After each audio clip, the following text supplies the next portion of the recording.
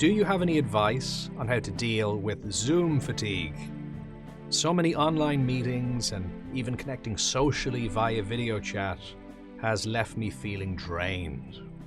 Yes, so before recent times, many of us were accused of having far too much screen time. And, the advice was, get outside and mix with other people and interact. And then, of course, what happened? We were told, don't go outside, don't mix, don't interact, stay indoors. Use screen time if you need to. So it's definitely a shift, kind of mixed signals in terms of our system and what it's used to and what its expectations were. And there's no doubt that, just being passive in and of itself has problems. If you're just sitting down a lot versus getting up and moving around, that has problems. And, it's not that screens are evil or anything, but yeah, definitely that we want to have them only as part of a balanced diet. It's important to be able to look into the distance and to connect in real life and to do all of that other good stuff as well with some sense of balance. So that's the first point, I think, with this, that when there is that fatigue or exhaustion and using online video chat or any other amount of screen time, that's entirely understandable. That's, a very human experience, and it's really good that you're noticing that. So the key thing is to be able to counterbalance it. Now, depending on where you are and when this is and what's happening, there are different possibilities of activity, different restrictions, different things going on. So, of course, this is going to vary. It varies day to day, week to week. So much change in this area. But the point is there's always going to be options. And when you arrange meetings, whether it's for work or whether it's socially or anything else online, do that, enjoy it. But then do make sure that you're counterbalancing it. You don't want to be exhausted from all those video chats, so therefore you're not then actually getting out and moving to some degree. That's really, really important. And again, you may be limited as to where you can go and what you can do and how social it can be. But there still are options, and in many cases, quite a few options. So maybe sit down and put together a list of what those options actually are. Where are the places that you can go? Where's some nature that you can get? If it's winter in particular, making sure that you're getting some daylight so that that's helpful for you. And making sure that your system is kind of being reset in that way rather than just being indoors and, kind of getting caught up in that momentum. Going for walks, experiencing nature, to whatever degree it's permissible and appropriate for you to connect with other people in whatever means, doing that, of course, and at least, though, engaging with nature. You can sometimes alternate as well, and sometimes using audio or phone calls can be useful.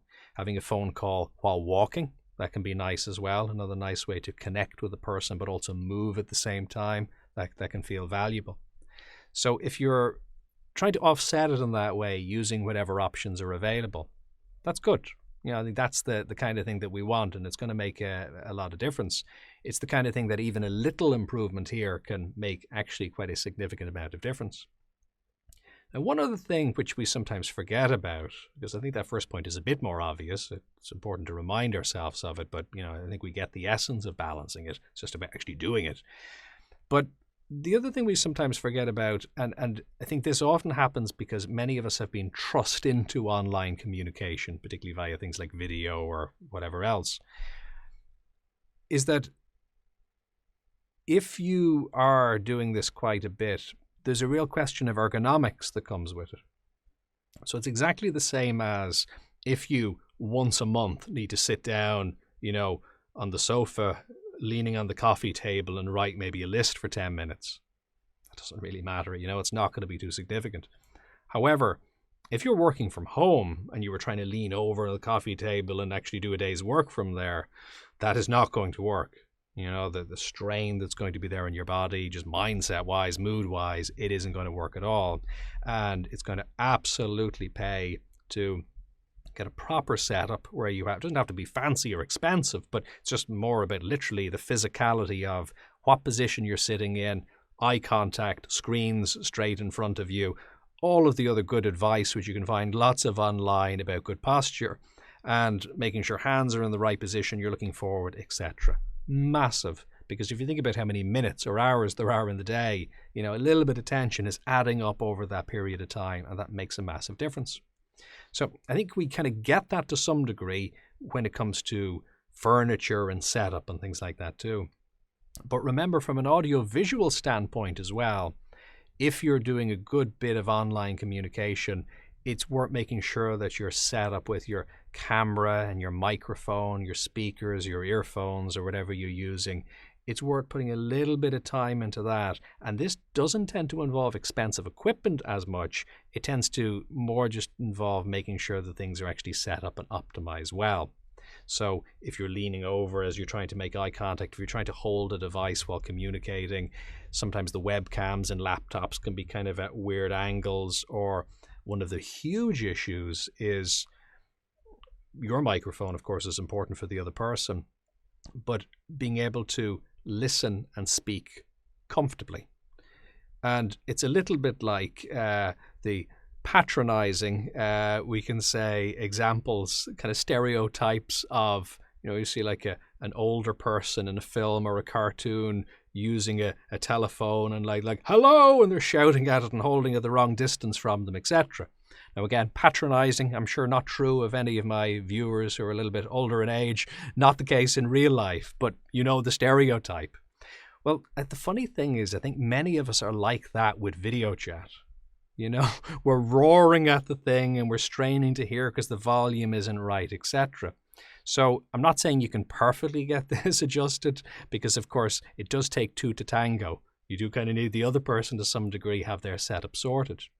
But if you have good audio, maybe because you're wearing earphones or headphones and you can hear a little bit more clearly, so you're not straining to listen to a tinny speaker on a laptop, which is hard to hear, that's going to be so much easier and more relaxing on your system. And the other thing is, if you can have microphone, which is a little bit closer to you, you know, minimizing background noise where possible, really, really good. And for the most part, again, you may need to test the technology, just do it with a friend or a family member, or if you have another device, you can just see what it looks like, or, you know, try it. But a lot of the time, what we forget is that you can stop and you can speak softly and you can just be a little bit more. Because sometimes the problem isn't the video connection or the audio connection. It's the fact that we're literally tensing for some reason while trying to deliver our communication on it, which is true, I think, of any platform that we don't spend a lot of time on. We just, for whatever reason, get a bit tense about using it. So it's important to realize that it doesn't need to be that way. And you can actually relax a little bit more. If you're not sure, test it. Try recording it or test call with somebody else. And just kind of lowering the tone and the pace of the whole thing. Giving a little bit more breathing room can make a big difference. And it feels nice in the moment, but if you add up that space or that even silence, that speaking a little bit more softly, if you add that up over the course of maybe hours of video calls, if you're doing a lot of this kind of thing, that can make a pretty significant difference. So there isn't as much tension then, so then you don't need to counterbalance it as much in other ways. Now, still keep counterbalancing it. That is important, that you're getting out and connecting in other ways wherever possible. But, you know, you can see that you've got a strategy then of both prevention and cure, which can go some ways to making things a bit better. And hopefully it's all temporary.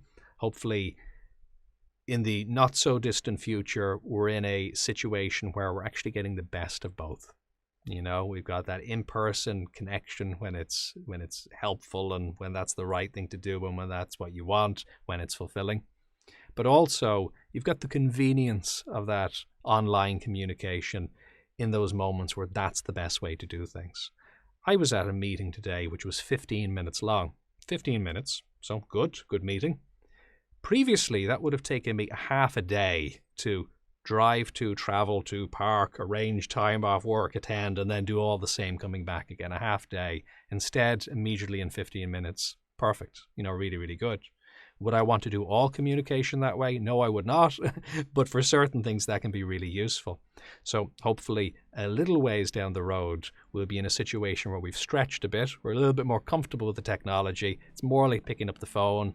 We can kind of relax, speak softly, get our point across, and then connect, of course, in person, wherever that's possible and appropriate.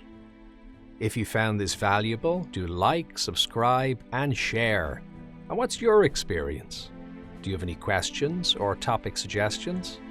You can contribute in the comments, on social media using #bodymindself, or on jfl.com.